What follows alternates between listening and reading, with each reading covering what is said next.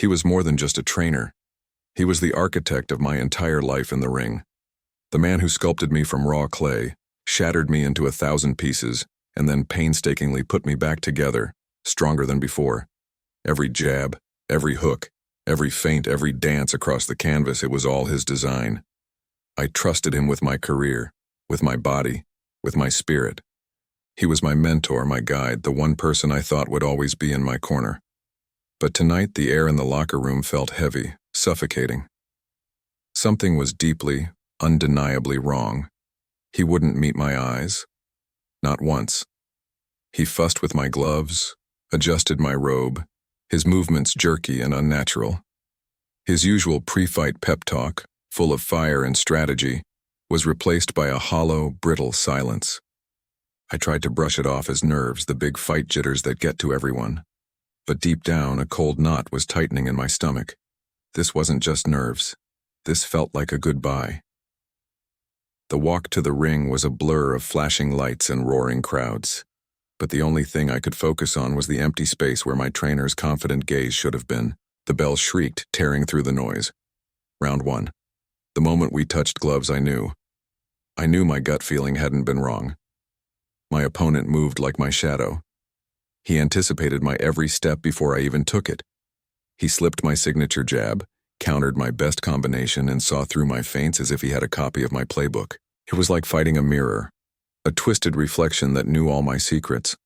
The confusion was a fog in my mind, quickly morphing into sheer panic as the first heavy blow landed. It wasn't just a powerful punch.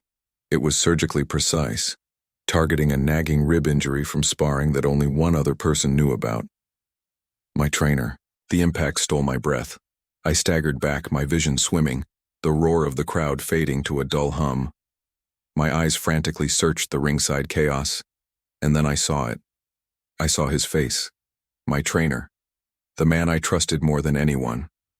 His expression wasn't one of concern or strategic analysis. It was cold, distant, and etched with a guilt so profound it was like a physical brand.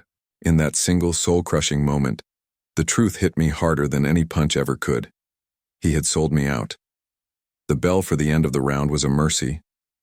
I stumbled back to my corner, my body screaming in pain, but my mind was in a whole different kind of agony. He went through the motions, wiping my face, giving me water. His hands were shaking. I leaned in close, the roar of my own blood pounding in my ears, and whispered just one word, a plea and an accusation all at once. Why? He flinched as if I'd struck him. But there was no answer, no explanation, just a slow, deliberate reach for the white towel. He held it up, and in that moment, time seemed to stretch and warp. The world went into slow motion as the symbol of surrender began its arc toward the center of the ring. He was going to throw it in. He was going to make me quit. Something inside me snapped. A fire, born from the ashes of betrayal, erupted in my chest.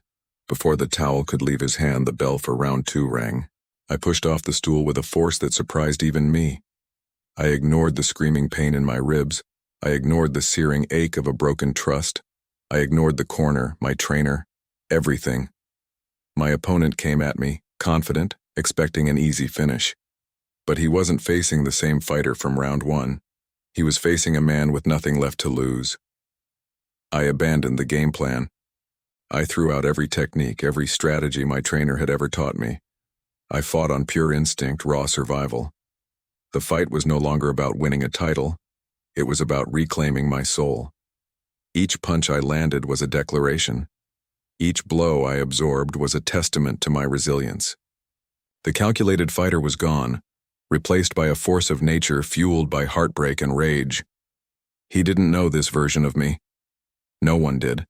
This wasn't something you could learn in a gym. This was forged in the fire of the ultimate betrayal. I could feel him faltering, his confidence cracking with every unexpected move I made. The hunter had become the hunted. The crowd, sensing the shift, roared with a new kind of energy. They weren't just watching a fight anymore, they were witnessing a rebirth. The final bell rang, a sound that seemed to come from a world away. And when the smoke cleared, when the noise finally registered in my exhausted mind, I was the only one left standing. My opponent was on the canvas, and my trainer, he was gone. He had vanished from my corner, a ghost who had already faded away. I stood in the center of the ring, my arm raised in victory, but I felt no elation. I looked at my hands, these tools that had earned me the win. I didn't need a trainer to build me anymore.